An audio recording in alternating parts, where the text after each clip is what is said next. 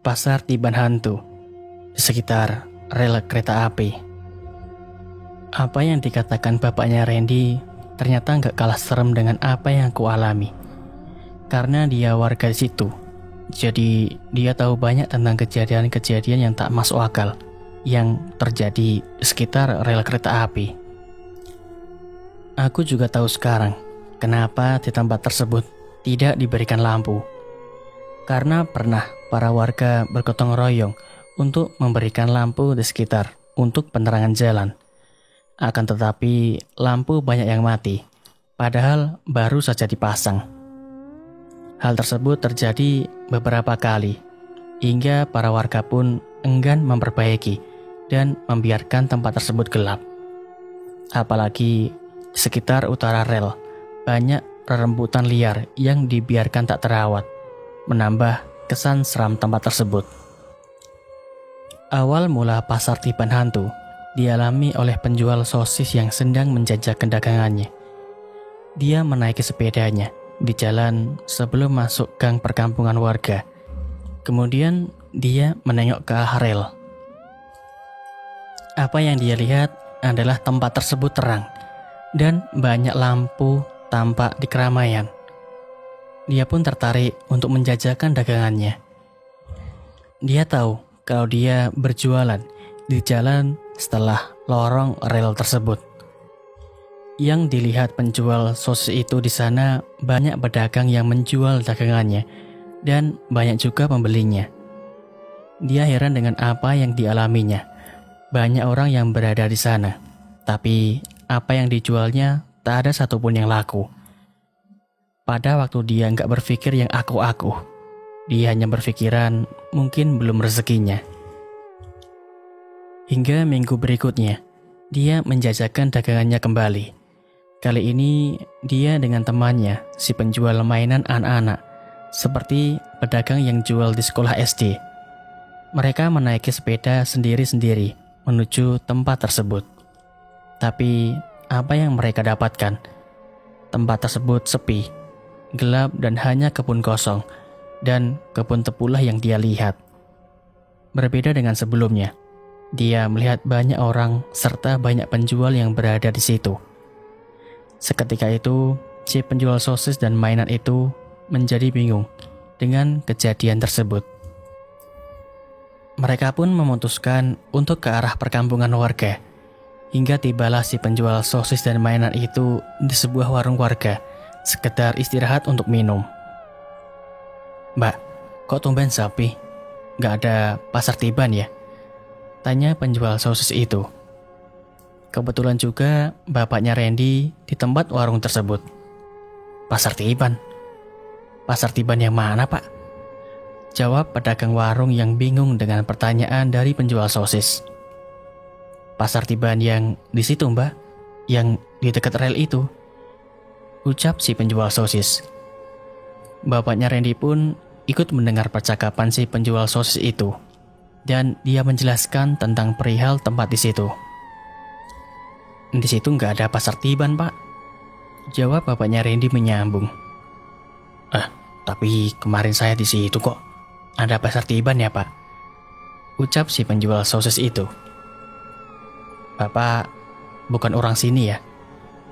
tanya mbak pedagang warung. "Iya bukan, Mbak," jawab singkat penjual sosis tersebut. "Pak, di sana nggak ada pasar Tiban atau apapun. Yang Bapak lihat mungkin salah," ucap bapaknya Randy tanpa memperpanjang angkernya tempat tersebut. "Lah tapi Pak," kata si penjual sambil memandang temannya seakan gak percaya. "Yang dilihat kamu mungkin salah," kata penjual mainan. Gak lama kemudian mereka pun memutuskan untuk balik pulang ke rumah, dan tentunya dengan melewati kebun kosong itu. Setelah di dalam perjalanan, si penjual sosis itu mendengar suara seseorang yang memanggil dari kejauhan, tepat di samping kebun kosong. Sedangkan si penjual mainan melihat sosok yang melambaikan tangan di sekitar lorong rel. Mereka belum merasakan kejadian yang aku, hingga akhirnya Di tengah jalan kebun itu, si penjual sosis berhenti. Dia penasaran siapa yang memanggilnya. Sedangkan teman yang satunya melaju sepedanya menuju ke tempat sosok makhluk muncul terlihat melambaikan tangannya. Beberapa saat kemudian, terdengar suara cekikikan di sekitar kebun dengan kemunculan sosok wanita yang wajahnya berdarah, keriput dan pucat. Sedangkan dari kejauhan, nampak si penjual mainan mengayuh sepedanya ke arah perkampungan. Dan akhirnya, mereka pun lari kembali ke warung perkampungan warga. Pak, di sana ada penampakan, kata mereka. Saya lihat sosok lelaki yang melambaikan tangannya seperti menyuruh saya ke situ, Pak. Setelah saya mendekat, kok tiba-tiba kepalanya seperti terpotong dan jatuh ke tanah, Pak, ucap si penjual mainan. Di sana itu tempatnya angker dan banyak orang yang lihat penampakan di situ, kata bapaknya Randy. Saya juga melihat sosok wanita yang wajahnya pucat, Pak, keriput dan berdarah di area kebun, tambah si penjual sosis. Di sana emang banyak makhluk halus yang sering menampakkan diri, dan yang mengalaminya rata-rata bukan orang kampung sini, kata pedagang warung. Kalau pasar tiban yang bapak lihat itu kemungkinan karena banyak makhluk halus yang menghuni di situ, tambah bapaknya Randy. Kemudian si penjual diam, nampak takut, sekaligus kasihan. Akhirnya mereka pulang dengan melewati jalan lain yang lebih jauh. Karena aku tahu letak desanya penjual sosis itu. Kalau lewat muter, biasanya sampai lebih dari 1 jam.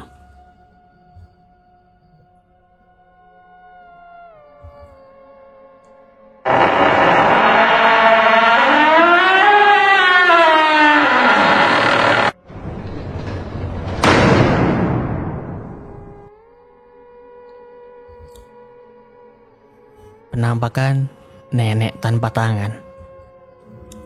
Setelah dibenarkannya oleh beberapa warga tentang kejadian jika melihat dan mendengar penampakan makhluk halus seorang anak kecil yang menangis bakalan terjadi kecelakaan. Ternyata hal itu terbukti. Korbannya seorang nenek yang mencari kayu. Entah dibuat budek atau pendengarannya yang kurang karena sudah tua. Kejadian tersebut terletak gak jauh dari korban kecelakaan sebelumnya di sekitar jembatan rel kereta api. Menurut tetanggaku yang melihat dan menolongnya, sampai-sampai badannya seperti jari daging yang terpotong-potong, hingga daging-dagingnya yang ada menempel di sekitar besi jembatan rel. Bahkan yang paling menyedihkan, tangannya ikut hilang. Beberapa warga juga membantu mencari potongan tangan yang hilang, karena kejadian kecelakaan tersebut terjadi pada sore hari. Pencarian pun berlanjut sampai esok harinya, tetapi tetap aja belum ketemu. Hingga akhirnya jasadnya dikuburkan tanpa 1 tangan karena hilang. Banyak warga yang mengira kalau tangannya itu kecemplung kali, terbawa kereta yang nabrak. Bahkan ada yang mengira sudah remuk terlindas. Tempat tinggal nenek itu terletak di seberang kali. Jadi di seberang kali pas aku melihat penampakan bersama Teddy. Perihal kejadian tentang si nenek tangannya hilang sampai menghantui tetanggaku yang bernama Rifki. Kejadian tersebut terjadi ketika malam, tepat esok harinya setelah nenek itu tewas. Setelah dia pulang dari merantau Jakarta. Dan bus yang dari Jakarta nyampe ke kota aku sekitar jam 2-an. Waktu dia pulang dan berjalan kaki menuju rumah, dia melihat seseorang penampakan nenek-nenek yang punggungnya sedang menggendong cepon untuk mengumpulkan kayu yang dicarinya. Penampakan nenek-nenek itu di sekitar waktu aku mau menerobos bawah rel. Waktu aku lihat penampakan wajah wanita rusak, terus motor aku tinggal. Karena di situ juga salah satu akses jalan untuk menuju perkampungan warga. Setelah Rifki turun dari bus dan hendak menuju ke rumah, tentunya lewat arah jalan bawah rel. Hingga akhirnya, dia melihat sosok nenek-nenek yang menggendong dengan susah payah kayu yang dia bawa di punggungnya. "Mbah, kok jam segini masih cari kayu?" tanya Rifki. Nenek itu hanya menunduk, terlihat kesusahan membawa kayu di punggungnya. Nenek itu terlihat membungkuk. Rifki pikir karena beban kayu yang ada di punggungnya. "Si Mbah, mau kemana?" tanya Rifki. Sekali lagi nenek itu hanya diam, tak menunjukkan respon apapun dari pertanyaan Rifki. "Si Mbah, pulangnya kemana?" tanya Rifki lagi. Pada waktu itu, Rifki menduga kalau nenek itu sudah berkurang pendengarannya karena sudah tua, sehingga dia mengulangi pertanyaan lagi dengan ucapan yang lebih keras. "Si Mbah, pulangnya kemana?" tanya Rifki. Baru pertanyaan Rifki direspon oleh nenek itu dengan wajah menoleh ke belakang. Apa yang Rifki pikir, mungkin rumah nenek itu tetangga desanya. Barulah Rifki menawarkan memberi bantuan untuk membawakan kayu nenek itu. "Sini Mbah, tak bantuin," ucap Rifki kepada nenek itu. Akhirnya nenek itu baru ngomong sambil memandang Rifki. "Gak usah Le, bantu cari tangan si Mbah aja," jawab nenek dengan bersuara serak sambil memandang Rifki. Seketika Rifki langsung kaget melihat tangan dari nenek itu. Apa yang dia lihat, tangan nenek itu terpotong dengan daging dan tulangnya yang sedikit keluar, serta darah yang masih terlihat di sekitar lengannya. Tetapi penampakan nenek itu tidak menunjukkan wajah seperti penampakan lainnya yang rusak, penuh dengan darah, atau mata yang melotot. Dengan kejadian tersebut, Rifki hanya kaget. Dia waktu itu belum tahu kalau sosok nenek itu adalah penampakan korban kecelakaan kereta api yang tewas. Rifki masih melihat tangan nenek itu dengan tajam. Dia hanya diam. Seketika pandangan Rifki tertoleh ke sesuatu suara di sekitar tempat. Setelah itu, nenek tersebut menghilang dari penampakan Rifki. Dia baru tahu kalau dia melihat hantu. Dia pun lari menuju perkampungan karena kejadian tersebut. Kejadian esok malam harinya. Setelah sehari kejadian tersebut, penampakan nenek tua itu muncul lagi. Kejadian itu dialami oleh sepupuku, Denny. Karena di tempatku banyak kebun kosong, dia suka berburu dengan senapan angin. Biasanya dia berburu bajing, burung, bahkan biawak di sekitar kali.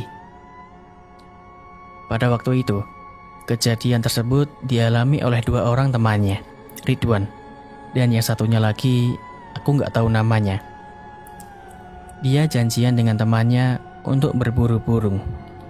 Setelah bertemu di rumah sepupuku, berangkatlah mereka menuju ke tempat kebun seberang kali. Pada waktu itu, Denny menolak karena dia warga di situ. Jadi dia tahu tentang seluk-beluk angkernya tempat itu. Apalagi ditambah dengan masih hangatnya berita nenek tewas kecelakaan kereta api. Tapi temannya meyakinkan bahwa 3 orang gak bakalan takut kalau bertemu penampakan. Sekitar jam 8-an, mereka berangkat dengan membawa 2 senapan angin dan 2 senter menuju ke sebuah kebun seberang kali. Di seberangnya pas aku lihat penampakan bersama Teddy. Setelah beberapa jam, dia tidak mendapatkan hasil yang diburunya. Akhirnya, teman yang satunya lagi mengajak ke kebun kosong pinggir rel angker itu. Denny pun menolak lagi ajakan mereka. Hingga akhirnya, Denny pun menurutinya. "Den, coba yang di sana aja, yang nyebrang kali," pinta temannya sambil menunjuk tempat kebun kosong itu. "Gak, di sini aja, gak usah jauh-jauh," jawab dia. "Ayo kita kesana aja, di sini gak ada hasilnya," kata teman yang satunya. "Udah gak usah, Mendingan kita ke arah sana aja, jawab Denny kembali menunjuk kebun kosong yang agak jauh dari rel. Yaudah, kita ke sana aja, kata temannya sambil mengajak Ridwan. Kamu yang ke situ aja sendiri. Kedua temannya lantas berjalan menyeberang menuju jembatan rel. Denny pun akhirnya ikut dengan kedua temannya. Dia merasa was-was, apalagi dia tahu tentang kejadian yang aku alami. Menambah ketakutan dalam dirinya. Hingga akhirnya mereka menyeberang jembatan rel dan menuju ke kebun kosong itu. Kamu takut setan ya, Den? Tanya temannya. Di sini tepatnya agak angker. Banyak terjadi kecelakaan di sini, jawab Denny singkat. Yang penting kalian gak usah macem-macem, tambah Denny. Tibalah mereka ke kebun kosong itu, dan mereka mulai mencari burung dengan senter yang dibawa mereka. Setelah beberapa jam kemudian, mereka memutuskan untuk pulang karena malam sudah mulai larut, dan kedua temannya menyetujuinya.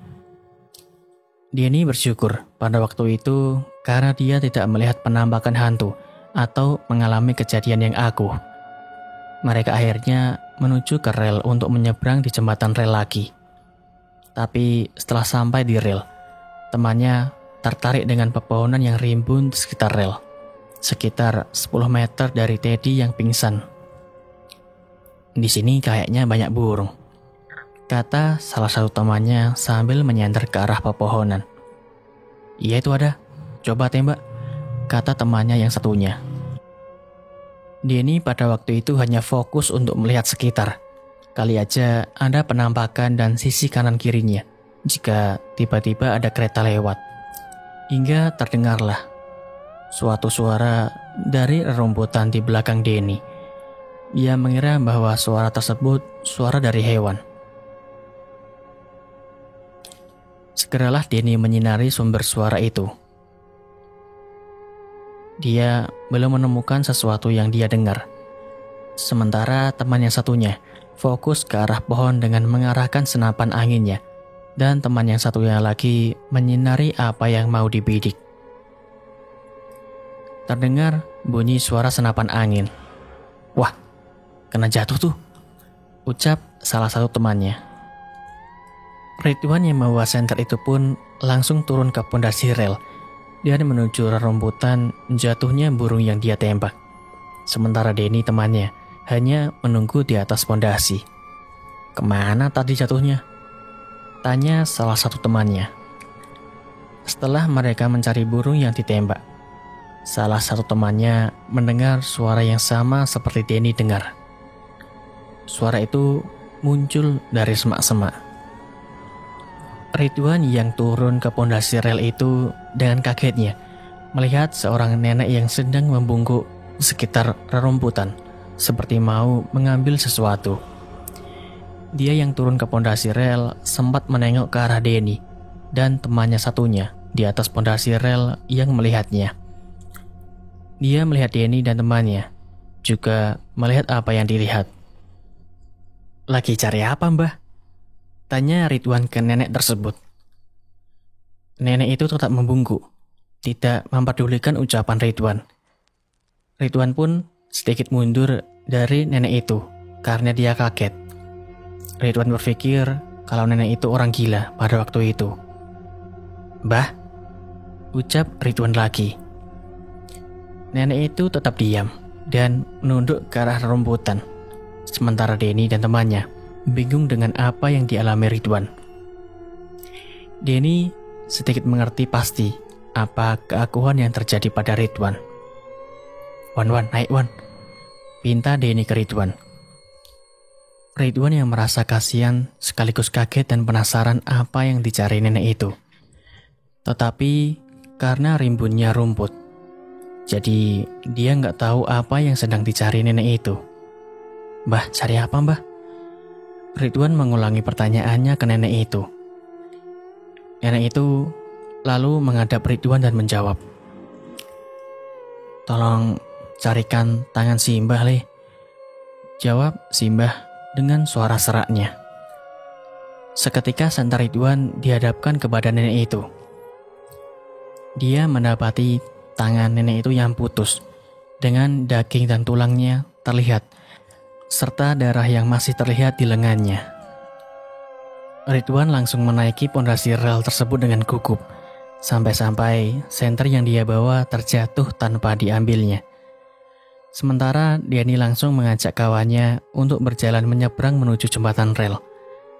Akhirnya Ridwan mulai menyusul dari belakang dengan tergesa-gesa. Setelah melewati jembatan rel, baru Ridwan mengatakan kepada Denny dan temannya tentang apa yang dilihatnya. "Kamu lihat gak tadi nenek-nenek di bawah rel?" tanya Ridwan. "Nenek apaan?" jawab teman yang satunya. Sementara Denny hanya diam dan mempercepat langkah kakinya agar cepat sampai ke rumah. Hingga akhirnya sampailah di rumah Denny. "Kalian diomongin gak percaya kalau di situ tempatnya angker," ucap Denny. Sementara kedua temannya itu hanya diam. Dan kemudian mulailah pembicaraan lagi. "Emang kamu lihat apa?" tanya temannya. "Aku lihat nenek-nenek bungkuk terlihat sibuk cari sesuatu. Tadi pas di bawah rel, pas mau cari burung yang aku tembak," jawab Ridwan sambil terbata-bata. "Kita nggak lihat apa-apa. Tadi aku sempat bingung kamu ngomong sama siapa," ucap temannya. "Terus gimana?" tanya Denny. "Nenek itu terus mencari sesuatu. Nah, setelah itu dia menjawab bantuin cari tangannya, gitu," jawab Ridwan. Di sana baru 3 hari kejadian kecelakaan kereta api. Nampaknya yang kamu lihat itu penampakan nenek yang korban tewas kecelakaan. Dan asal kamu tahu, tangan nenek itu hilang, ujar Denny. Jawab kedua temannya. Mereka terkejut mendengar perkataan dari Denny. Tapi dengan kejadian tersebut, Ridwan bukannya takut, tapi mengajak Denny dan temannya untuk mengobati rasa penasarannya. Sebenarnya apa yang dicari nenek itu? Mungkin aja nenek itu memang berada di sekitar situ. Tapi kayaknya nenek itu mencari tangannya deh, ucap Ridwan. Soalnya nenek itu kelihatan sibuk mencari sesuatu. Mungkin aja tangannya, tambah Ridwan. Mungkin sih, jawab Denny. "Gimana kalau besok kita ke situ? Lihat tempat kemarin?" tanya Ridwan. "Apalagi senterku jatuh di situ. Sekalian diambil," tambah Ridwan. Denny sebenarnya gak mau ke sana. Tapi dengan bujuk kedua temannya, akhirnya Denny pun mau. Besoknya mereka menuju ke tempat tersebut. Setelah mengamati tempat di mana penampakan nenek itu mencari tangannya, beberapa jam kemudian ketemulah tangan dari nenek itu. Mereka sangat kaget dengan apa yang dilihatnya. Tangan dari nenek itu sudah hampir hancur membusuk. Banyak lalat dan semut di tangan nenek itu. Dan saat ditemukan, ternyata tangan nenek itu sedang menggenggam senter yang jatuh kemarin malam. Sungguh kejadian gak masuk akal. Denny dan teman-temannya pun langsung memanggil warga untuk meminta pertolongan. Apalagi dengan melihat kejadian yang sangat aku dialaminya. Dia menjadi takut untuk mengambil potongan organ nenek itu. Dalam hati Ridwan pada waktu itu, jelas-jelas penampakan nenek itu berada sekitar 2 meter dari dirinya dan senternya yang jatuh. Kalau bersebelahan antara tangan dan nenek itu dengan senternya, maka lebih masuk akal. Setelah beberapa menit kemudian, warga mulai berdatangan untuk melihat salah satu tangan nenek korban kecelakaan yang hilang itu.